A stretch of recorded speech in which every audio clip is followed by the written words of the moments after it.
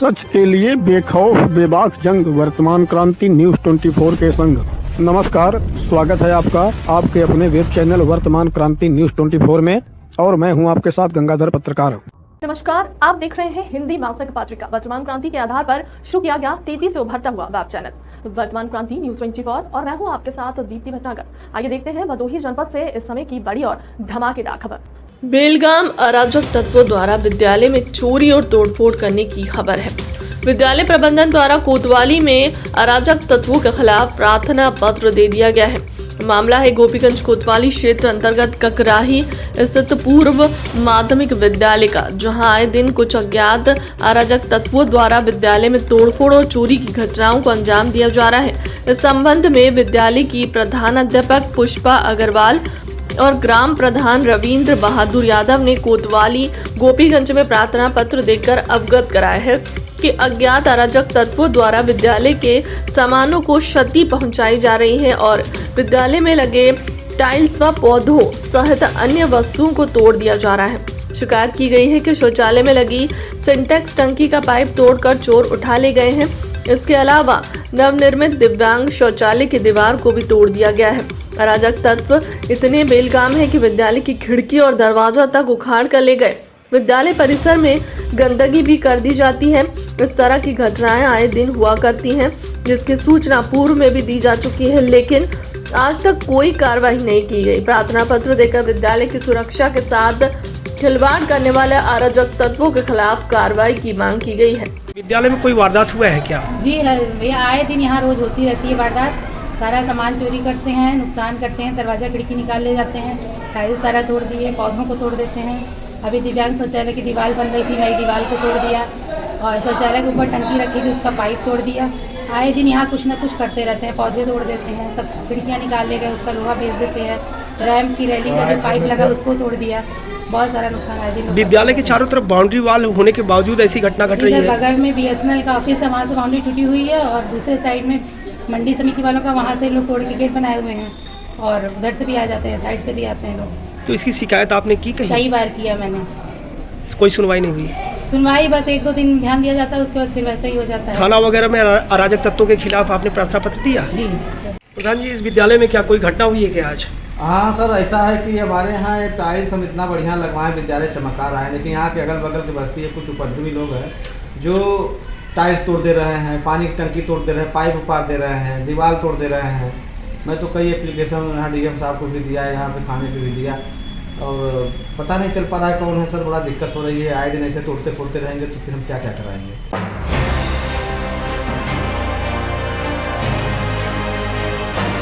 जनधन खाता धारकों के खाते से गलत ढंग से 1,000 रुपए मेंटेनेंस चार्ज के नाम पर काटे जाने को लेकर आक्रोशित खाता धारकों के पक्ष में बैंक मित्रों ने शुक्रवार 10 फरवरी को जिलाधिकारी कार्यालय पहुंचकर प्रार्थना पत्र सौंपा है। दिए गए प्रार्थना पत्र में बड़ौदा यूपी बैंक भदोही की वित्त समावेशन विभाग की मैनेजर अमिता पांडे के खिलाफ लामबंद होकर जिलाधिकारी कार्यालय पहुंचे।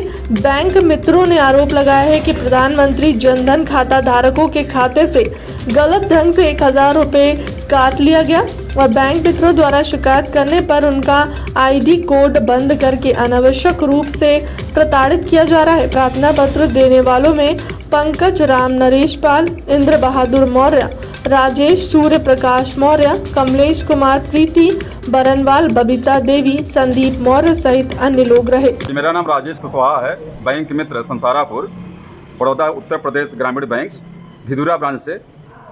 हम लोग जनपद में प्रधानमंत्री जनधन योजना अंतर्गत 2014 से ही बैंक मित्र पद पर कार्यरत थे, और हम लोगों ने ग्रामीण के जो वंचित लोग थे, गरीब थे, दलित थे, सबका हम लोगों ने खाता खोला और उनका लेन देन किया, और कोविड के दौरान भी हम लोगों ने बगैर डरे ईमानदारी के साथ उनका सेवा किया, उनका ट्रांजैक्शन किया।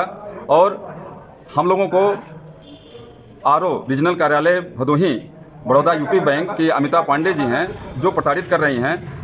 जंगीगंज बैंक में जो हजारों खाता धारकों का पैसा काट लिया गया मेंटेनेंस के नाम पर, हजार रुपया। जब इसकी शिकायत जंगीगंज ब्रांच के जो बैंक मित्र हैं पंकज मौर्य जी जब जाकर के उनसे रिक्वेस्ट किए मैडम ऐसा हो रहा है, तो उन्होंने डांट कर भगा दिया और कहा कि तुम लोगों का पैसा तो नहीं काटा गया है, तुम लोग यहाँ क्यों आ रहे हो, और यहाँ चले जाओ, नहीं तो तुम लोगों का जो है कोर्ट बंद कर दिया जाएगा। अभी हाल में काफ़ी संख्या में बैंक मित्रों का कोर्ट उन्होंने बगैर नोटिस दिए बंद कर दिया और हम लोगों को अनायास प्रताड़ित किया जा रहा है। जितने हमारे लाखों खाता धारक हैं जो हम लोगों के द्वारा खाता खोले गए थे, उनका लेन देन हम लोग करते रहे, अब वो दर दर भटक रहे हैं, परेशान हैं।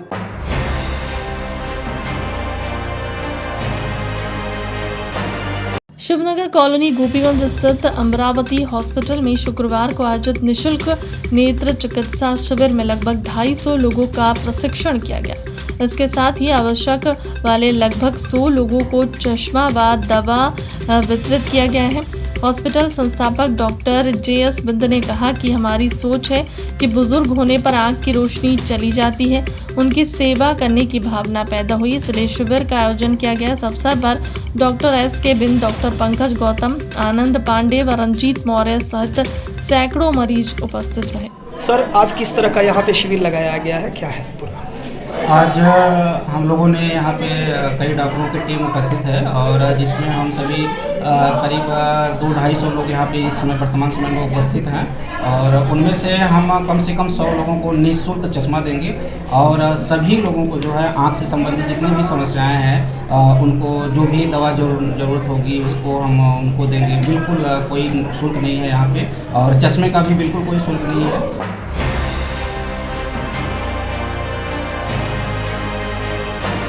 गोपीगंज कोतवाली क्षेत्र के बलीपुर गांव में पुरानी रंजिश को लेकर एक व्यक्ति द्वारा युवक को मारपीट कर उसका हाथ तोड़ दिया गया। घटना के बारे में बताया जाता है कि गांव निवासी राजेंद्र कुमार चौहान 40 वर्षीय पुत्र स्वर्गीय बलिराज चौहान गुरुवार को अपने घर के पास खड़े थे। इस दौरान गाँव का ही एक व्यक्ति पहुंचा और पुरानी रंजिश के विवाद को लेकर गाली गलौज शुरू कर दिया, जिसका विरोध किए जाने पर राजेंद्र की लाठी डंडे से पिटाई कर दी गई, जिससे राजेंद्र कुमार चौहान के हाथ में गंभीर चोटें आई हैं। पुलिस ने युवक का मेडिकल मुआयना करवाकर आरोपी के खिलाफ संबंधित धाराओं में मुकदमा दर्ज कर लिया है। राजेंद्र कुमार, कहाँ के रहने वाले हैं? बलीपुर। क्या है मामला? मामला ये जमीन का रहा था, घर बालू गिट्टी है सब मामला रहा। तो क्या हुआ उसमें? वो उधार ले गए रहन, जबरी उसे उठाई ले गए तो सुबह के वहीं पे पूछताछ है, यहीं पे झगड़ा हो गई, लाठी सान मार दी।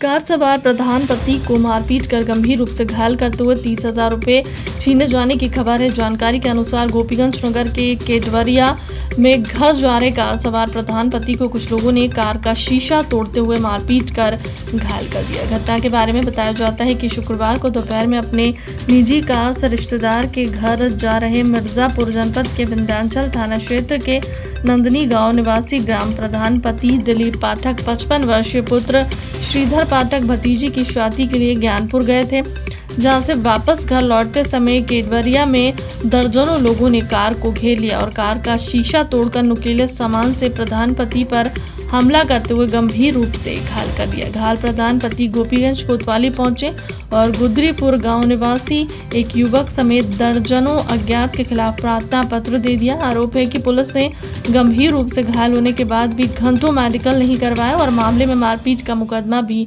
दर्ज किया गया। पीड़ित ग्राम प्रधान पति ने बताया कि मेरा नाम दिलीप पाठक है। कहाँ के रहने वाले हैं? मैं नदनी गांव वर्तमान ग्राम प्रधान अंजना पाठक का पति हूँ। क्या घटना हुई आपके साथ? घटना आज सुबह मैं ज्ञानपुर अपनी भतीजी की शादी के लिए हलवाई करने गया था। वहाँ से लौटते समय गुदरीपुर गांव के श्री प्रकाश तिवारी जो कि सहायक अध्यापक भी किसी विद्यालय में यहीं भदोही में कार्यरत है, वो यहाँ केवड़िया ज्ञानपुर स्टेशन रेलवे फाटक के पहले 200 लोगों के साथ मुझे घेर लिए और मेरी गाड़ी का कांच तोड़ दिए। मेरी गाड़ी को बुरी तरह क्षतिग्रस्त किए और गाड़ी का कांच तोड़ करके अंदर घुस के बुरी तरह से मुझको मार के जख्मी कर दिया है और घायल कर दिया है। मेरे सर पे गंभीर चोट है और 30,000 रुपया मेरे जेब में रखा हुआ था सामान खरीदने के लिए और हलवाई को देने के लिए थे खरीद। पुलिस को सूचना दी आपने? पुलिस को सूचना दी है लेकिन अभी तक कार्रवाई नहीं की जा रही है।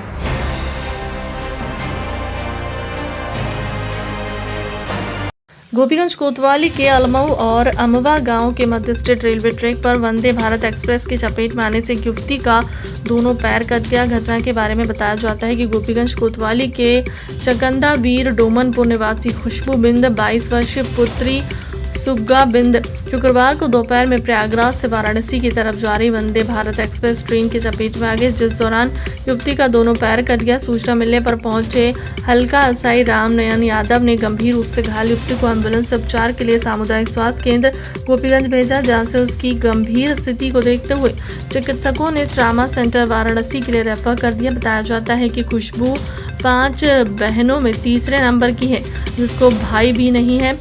पिता नशेड़ी प्रवृत्ति का है, जिससे परिवार की आर्थिक स्थिति भी दयनीय है। सूचना मिलने के बाद भी परिजनों का सरकारी अस्पताल में ना पहुंच पाना भी लोगों में चर्चा का विषय बना रहा।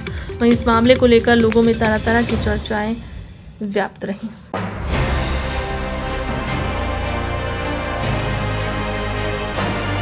गोपीगंज थाना क्षेत्र के चक साहब में जौनपुर जनपद के बदलापुर क्षेत्र में गई हुई बारात से वापस लौट रही बोलेरो पेड़ से टकरा गई। इस घटना में बोलेरो पर सवार चालक सहित कुल 8 लोग घायल हुए हैं। चीख पुकार सुनकर पहुंचे ग्रामीणों ने वाहन में फंसी लोगों को बाहर निकाला। सूचना पाकर मौके पर पहुंची पुलिस ने घायलों को गोपीगंज के सामुदायिक स्वास्थ्य केंद्र में भर्ती कराया है, जहाँ प्राथमिक उपचार के बाद 4 लोगों की गंभीर स्थिति देखकर उन्हें जिला अस्पताल भेज दिया गया।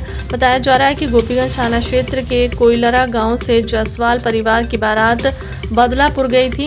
बारात से वापस लौट रही बोलेरो जैसे ही चक साहब पहुंची, उसी समय चालक को झपकी आ गई, जिससे बोलेरो पेड़ से जा भिड़ी और उसमें बैठे सभी लोग घायल हो गए। चीख पुकार सुनकर मौके पर पहुंचे ग्राम प्रधान जावेद खान उर्फ मुन्ना के गांव वालों की मदद से सभी को सुरक्षित बाहर निकाला और एम्बुलेंस की मदद से सामुदायिक स्वास्थ्य केंद्र भेजा है। घायलों में सनी जायसवाल 25 वर्ष, महेश जायसवाल 28 वर्ष, पुत्रगण रामचंद्र, देवी प्रसाद जायसवाल 71 वर्ष निवासी गढ़ कोयलरा, अभिषेक 35 वर्ष निवासी नथईपुर, मनोज जायसवाल 40 वर्ष निवासी सदर मोहाल गोपीगंज, चालक संदीप जायसवाल 23 वर्ष पुत्र बब्बू निवासी कोयलरा, करण जायसवाल 25 वर्षीय पुत्र राजेश निवासी कछवा मिर्जापुर व एक और जावेद अख्तर मुन्ना प्रधान तक। क्या कहेंगे, कैसे घटना हुई है? ऐसा है कि 4-4:30 बजे धमाका हुआ, 4:30 बजे धमाका हुआ। उसके बाद हम लोग भी नहीं समझ पाए, तो इसमें से एक आदमी होश में था, वो चिल्ला रहा था बहुत जोर। हम लोग सोचा क्या बात हुई। फिर एक आदमी हमारे बगल में जाए फारूकी है मास्टर, उन्होंने टार्च मारा तो देखा कि तो गाड़ी साइड लड़ी है। तब फिर हम भी निकले बाहर। हम लोग 2 लोग पहले पहुँचे तो देखा तो हम लोग के बस नहीं, फिर हम लोग लड़के को अपने जगह आया, 3-4 लोग 5 लोग आए। उसके बाद हम लोग 2-3 गाड़ियाँ जा रही थी, हम लोग रोका नहीं रुके। फिर हमारे मास्टर साहब वो फ़ोन किए 112 के 8 को, अब आने में दिक्कत हो गई। फिर चौकी पर हमने बात किया, चौकी वाले 2 दीवान वान आए। फिर किसी तरह लड़के बुलाया गया तो उनको निकाला गया। वो वहाँ फेंका गए तो वहाँ गंभीर चोट आई है, लेकिन कोई वो स्थिति में नहीं है कि कोई एक्सपायर किया है।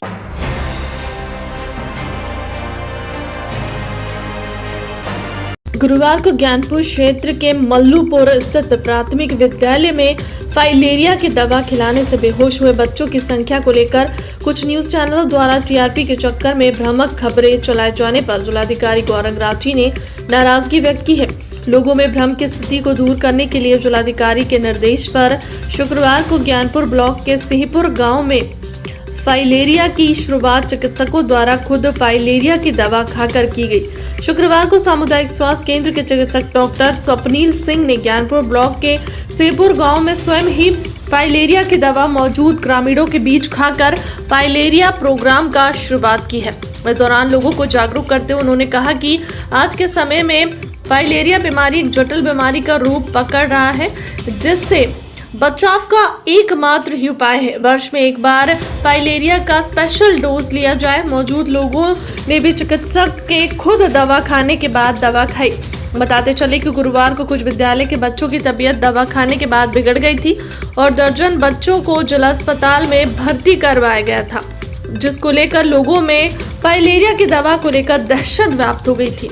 इस दहशत को बदोही कुछ न्यूज चैनलों ने भ्रामक खबरें प्रकाशित करके और बढ़ा दिया था।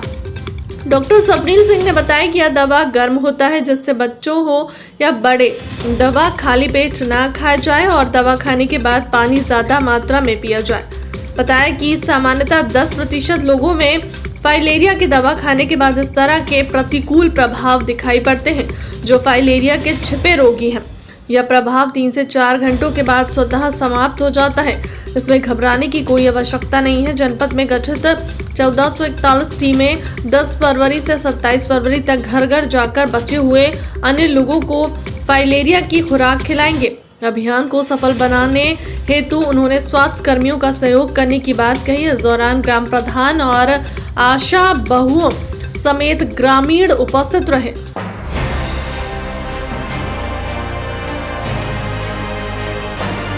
यूपी ग्लोबल इन्वेस्टर समिट 2023 का ऐतिहासिक शुभारंभ लखनऊ में प्रधानमंत्री नरेंद्र मोदी द्वारा किया गया। Uttar Pradesh global investor summit के अंतर्गत जनपद स्तरीय निवेश कुंभ का आयोजन कॉर्पोरेट एक्सपो मार्ट भदोही में किया गया, जहां उपयुक्त कार्यक्रम का सजीव प्रसारण किया गया। भदोही में जनपद स्तरीय निवेश कुंभ के तहत 112 उद्यमियों द्वारा 1462.26 करोड़ के निवेश का प्रस्ताव दिया गया, जिसमें 13,768 व्यक्तियों को रोजगार मिलने की संभावना है। समिट के दौरान 5 इकाइयों मैसर्स योगेश उपाध्यक्ष 5 करोड़, राजपूत ढाबा रणविजय सिंह 5 करोड़, विनीत राय 15 करोड़ और आयुष बरनबाल 5.61 करोड़ होटल के प्रदेश सरकार द्वारा हस्ताक्षरित MOUs उद्यमियों को वितरित किया गया। इस अवसर पर उपस्थित विधायकगण व जिलाधिकारी द्वारा निवेशकों को प्रोत्साहित करने के लिए रोड शो में सम्मिलित वाहनों को हरी झंडी दिखाकर रवाना किया गया, जिसके द्वारा कॉर्पोरेट एक्सपो मार्ट से विवेकानंद चौराहे तक रोड शो किया गया। इस अवसर पर विभिन्न विभागों द्वारा उद्योग व रोजगार को बढ़ावा देने के दृष्टिगत शानदार प्रदर्शनी का आयोजन किया गया था। जिलाधिकारी गौरंग राठी द्वारा अवगत कराया गया कि सेज के तहत UPSIDA द्वारा 5 गांवों की अधिकृत की गई है। 264 बीघा जमीन को नए निवेश करने वाले उद्यमियों को उपलब्ध करा दिया जाएगा और जनपद भदोही में नए निवेश करने वाले उद्यमियों की भूमि का विवाद प्रशासन स्तर से तुरंत सुलझाया जाएगा। जनपद में निवेश करने वाले उद्यमियों को हर संभव उनकी समस्याओं का निराकरण करते हुए प्रशासनिक मदद की जाएगी। उन्होंने कहा कि यदि उद्यमी अपनी स्वयं के इंडस्ट्रियल एरिया का विकास करना चाहते हैं तो वहां वे जमीन खरीद कर अपना एरिया बनाएंगे। वहां पर जिला प्रशासन द्वारा सड़क, बिजली, सुरक्षा सहित अन्य सुविधाएं मुहैया कराकर उस क्षेत्र को विकसित कराया जाएगा। जिलाधिकारी ने कहा कि उद्यमियों की जो भी समस्या हो, चाहे जमीन से संबंधित हो या अन्य कोई भी समस्या हो, उसका हर संभव प्रशासनिक मदद कराया जाएगा। कार्यक्रम में मुख्य विकास अधिकारी यशवंत कुमार सिंह, जिला पर्यटन अधिकारी राजेश भारती, कृषि उप निदेशक अश्वनी कुमार सिंह, जिला सूचना अधिकारी डॉक्टर पंकज कुमार, खादी ग्राम उद्योग अधिकारी अमितेश सिंह सहित अन्य अधिकारीगण, विधायकगण बड़ी संख्या में उद्यमी, निवेशक, व्यापारी सहित जनमानस उपस्थित रहे। माननीय प्रधानमंत्री जी की अध्यक्षता में लखनऊ में ग्लोबल इन्वेस्टर समिट 2023 का इनॉग्रेशन बहुत धूमधाम से मनाया गया, जिसको प्रत्येक जिले में माननीय जनप्रतिनिधि के प्रेजेंस में और सभी वरिष्ठ अधिकारियों के और निवेशकों के प्रेजेंस में इसको रखा गया था। उसी क्रम में भदोही में भी आज ये कार्यक्रम कॉर्पोरेट एक्सपो मार्ट में इसको मनाया गया, जिसमें न केवल सभी जनप्रतिनिधियों ने प्रतिभाग किया बल्कि उनके साथ साथ अधिकारियों ने, संबंधित विभागों ने और निवेशकों ने, और उसके साथ साथ कुछ युवाओं ने भी इसमें प्रतिभाग किया जो इच्छुक थे कि किस प्रकार से इन्वेस्टमेंट किया जा रहा है। तो एक करीब 3 घंटे का एक कार्यक्रम रहा, इसमें विभिन्न ग्राम उद्योग, EMGP और अन्य सरकारी योजनाओं से लाभान्वित जो हमारे वर्ग हैं उनके भी स्टॉल लगाए गए थे और लगभग 1500 करोड़ का निवेश ऑलरेडी इंटेंटेड निवेश भदोही में आ चुका है। 750 करोड़ का टारगेट था और करीब इसमें 13 से 14 हज़ार हम लोग जो रिक्वायरमेंट है उसको जनरेट करने की इसमें क्षमता है। फिलहाल अब तक की खबरों में बस इतना ही। अपने आसपास की बड़ी और धमाकेदार खबरों के लिए बने रहें हमारे चैनल के साथ। नमस्कार।